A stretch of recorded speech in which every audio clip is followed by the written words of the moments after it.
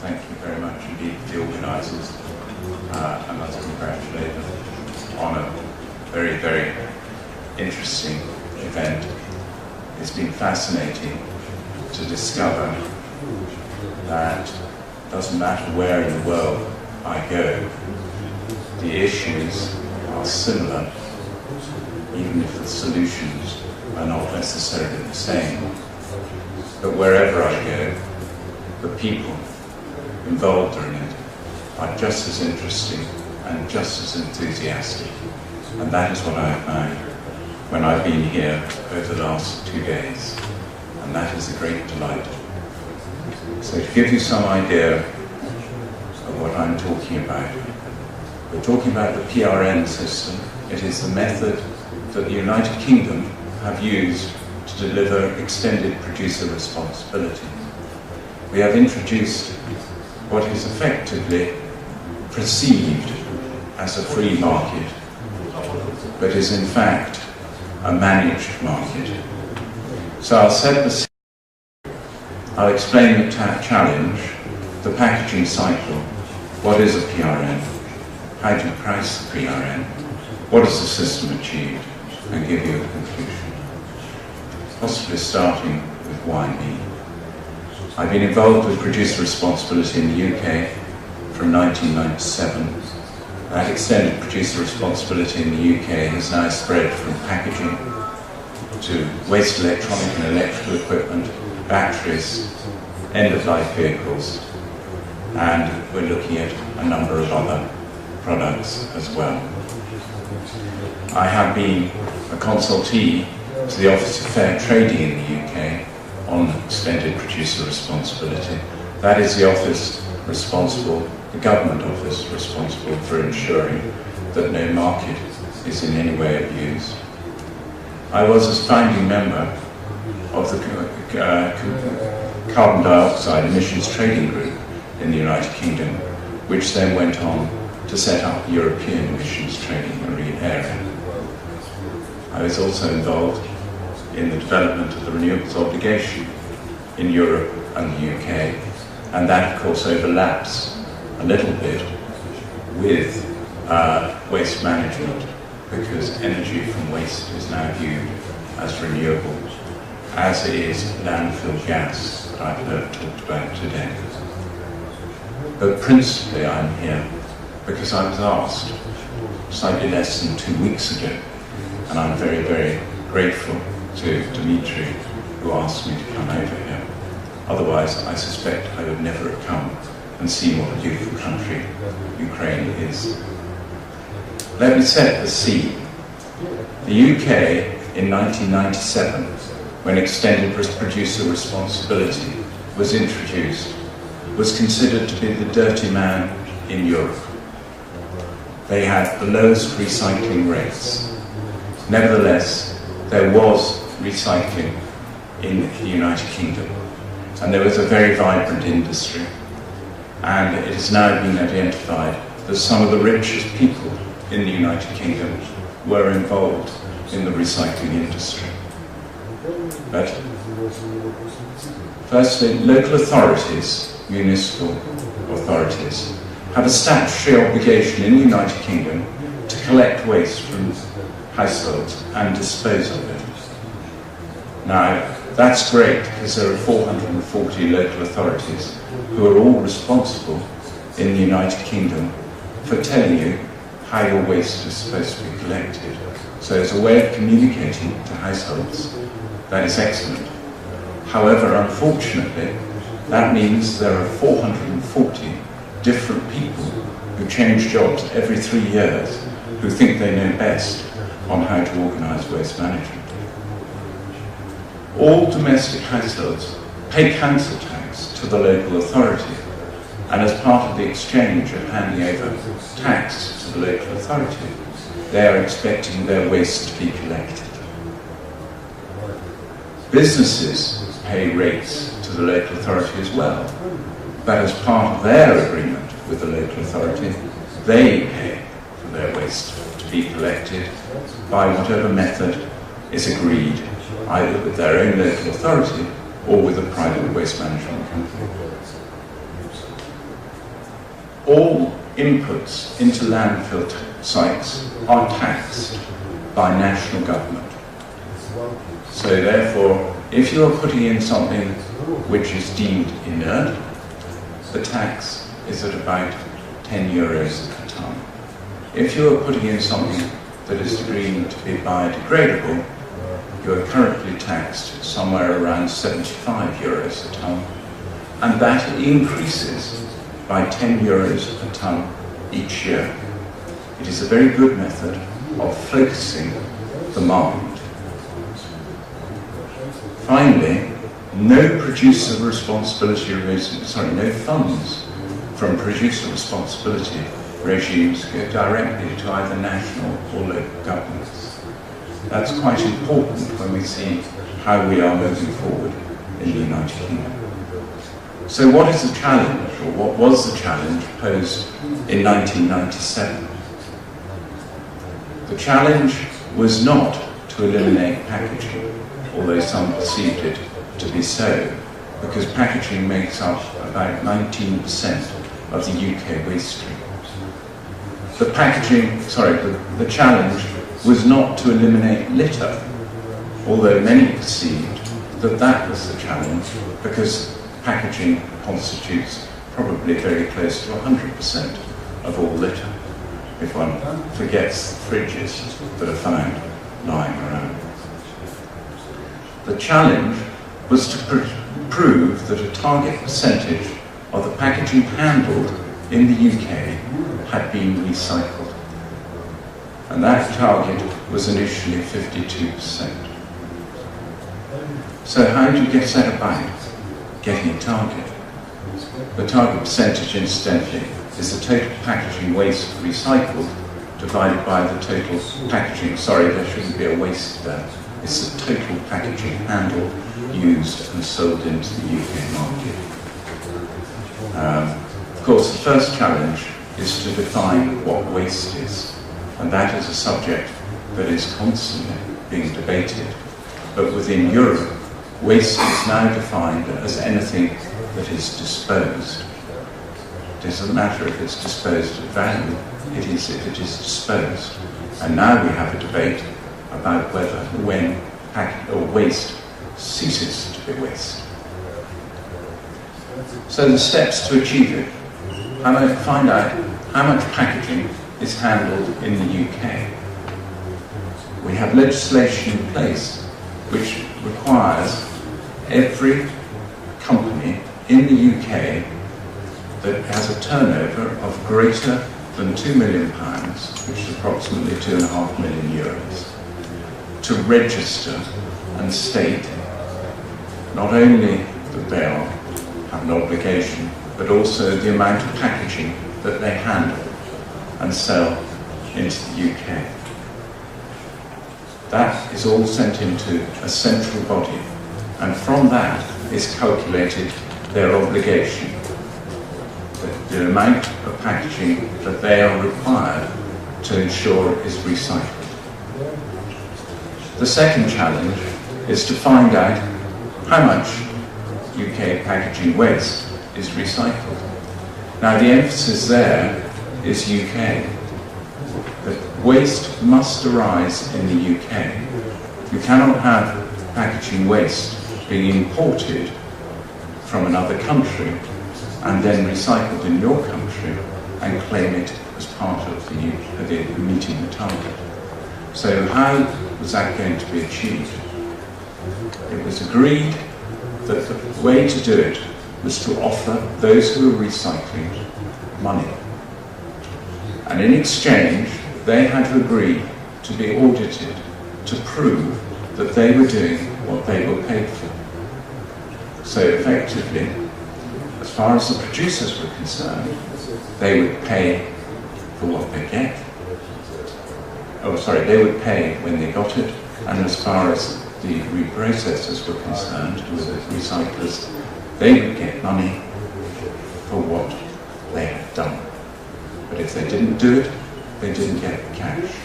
And again, all of that information is centrally registered with what is called the National Packaging Waste Database.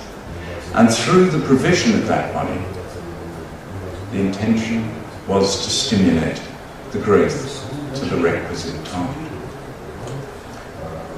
Now this is a rather complicated slide, and unless I can get a... no, I can't. I'll go walk about.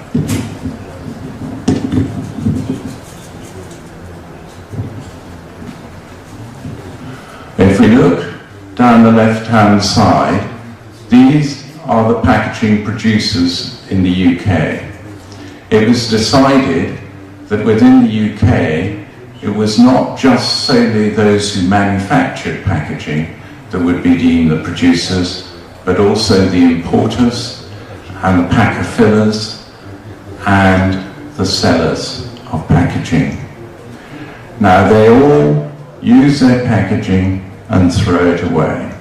We're following the red lines, and those bits of packaging are collected either by the local authorities or by private waste management companies. This little circle is the collective brain of those waste management companies and local authorities. As the gentleman just before me mentioned, they have to make a decision of where they are going to dispose of their waste. If the lowest cost mechanism of disposing of their waste is to throw it away or put it in a landfill, that is what they will do. So that is one decision that they have to take. But they need to be presented with other decisions of what they might wish to do. And if there is sufficient financial incentive, they will instead decide to either recycle it, as shown at the top, or recover it. And recover in this context means to create energy from waste. Now, what we've got is a very simple circle which turns into a closed loop. If, once that has been recycled, it returns back to the packaging manufacturer as an alternative to the primary raw material. Effectively, it is desirable because it is a secondary raw material. That raw material will... I think I've killed this. That raw material will be more desirable to the packaging manufacturer if it is at the same standards as the primary raw material, but is available at a lower cost. In order to stimulate the system, we had to move money into the system to get it, to pay more money through. That money was provided by the producers, and the flow of money is shown by the green lines, and that goes from the left to the right, and in order to provide the incentive to change the habits of a lifetime. So what is a PRN? The PRN is the evidence issued by a reprocessor, i.e. those that were on the right-hand side, a recycler or an energy from waste generator, which has been approved to do so by the appropriate agency. And it is issued on the acceptance, i.e. on the arrival of packaging waste for reprocessing. But that reprocessor must also prove that post-reprocessing it has actually turned into a product of some form or another. It's not just enough to bring it in through the front gate and dig a big pile. You've actually got to turn that big pile through a process and turn it into a new product at the end. It is also the evidence that is required by producers to prove that they have complied with the legislation. And within the UK, if you do not comply with the legislation, you can get fined up to twice the value of your turnover. Again, quite painful. And it is required by compliance schemes. Those are the organizations that group together companies that are too busy or have not enough knowledge to be able to comply with the legislation on their own. It is required by them to prove to their members that their money is being used to invest in the growth of collection systems and reprocessing systems for the United Kingdom. There has always been much debate about how you price the packaging recovery note.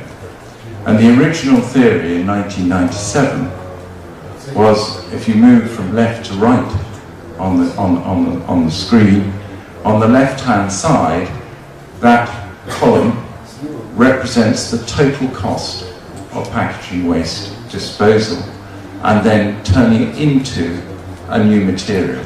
So it shows collection and whatever you might have as price for the new material. And whatever the difference is between the total cost and the price that you would get back becomes the price of the PRN. Over time, as people learned how to reprocess more, the demand became greater for the material. It was anticipated that the price paid would get more. It was anticipated people would become more efficient, and at the bottom it was also anticipated that the cost of waste disposal would increase, and so the PRN value would diminish to an administrative value which would be just sufficient for the UK to prove officially that they were recycling the target amount of tonnage. So how has that worked in practice? And I apologise here for the colours. I don't know what went wrong, but it didn't start like that, but it ended up like that on the slide. If you look at the left-hand side, that is shown in millions of tonnes of packaging that are being recycled. And if you look along the bottom, you will see that that is the years since it started. And in 1998, we achieved just over 2 million tonnes. From 2008 onwards, we've just achieved just over 6 million tonnes. And that reflects a shift from 30% recycling to approximately 65% recycling of packaging, and about an additional 5% above that of recovery, energy from waste. The detail is that paper is the black one, glass is the orange one, or sorry, the red one, plastic is the yellow one, wood is the green one, steel is the orange one at the top, and aluminium is the very, very faint pink one beyond that. And the cost to producers has changed, but this is money that has been pumped directly into the recycling industry. And it has moved, again, if you look at the left-hand side of the graph, you can see in millions of pounds, and you look at it along the years, and you can see that on an annual basis, this has peaked at about 110 million pounds in 2002, and last year it was at its lowest level, which is about 20 million pounds. So that's money that's gone straight into the recycling industry in order to maintain and sustain the growth. And at the same time, when one looks across Europe, and why a lot of the producers like this system, that is actually a lower cost system for the producers, i.e. those who are putting packaging onto the market, than many other schemes, and therefore has been extremely popular. So the conclusions. The PRN system has risen to the challenge. It has achieved everything that was asked of it. Incidentally, those two peaks were where they changed the targets in 2002 and 2005. 2009 was a different issue. In 2009, the markets for secondary raw materials crashed. And what they did, the PRN system did, was boost the material prices, and hence that's why the increased cost was. It's risen to the challenge. It's contributed to packaging waste recycling. It's injected substantial funds into the UK recycling infrastructure and has delivered genuine environmental benefits, and has been flexible when crises have arisen, as shown in 2009. Thank you very much indeed.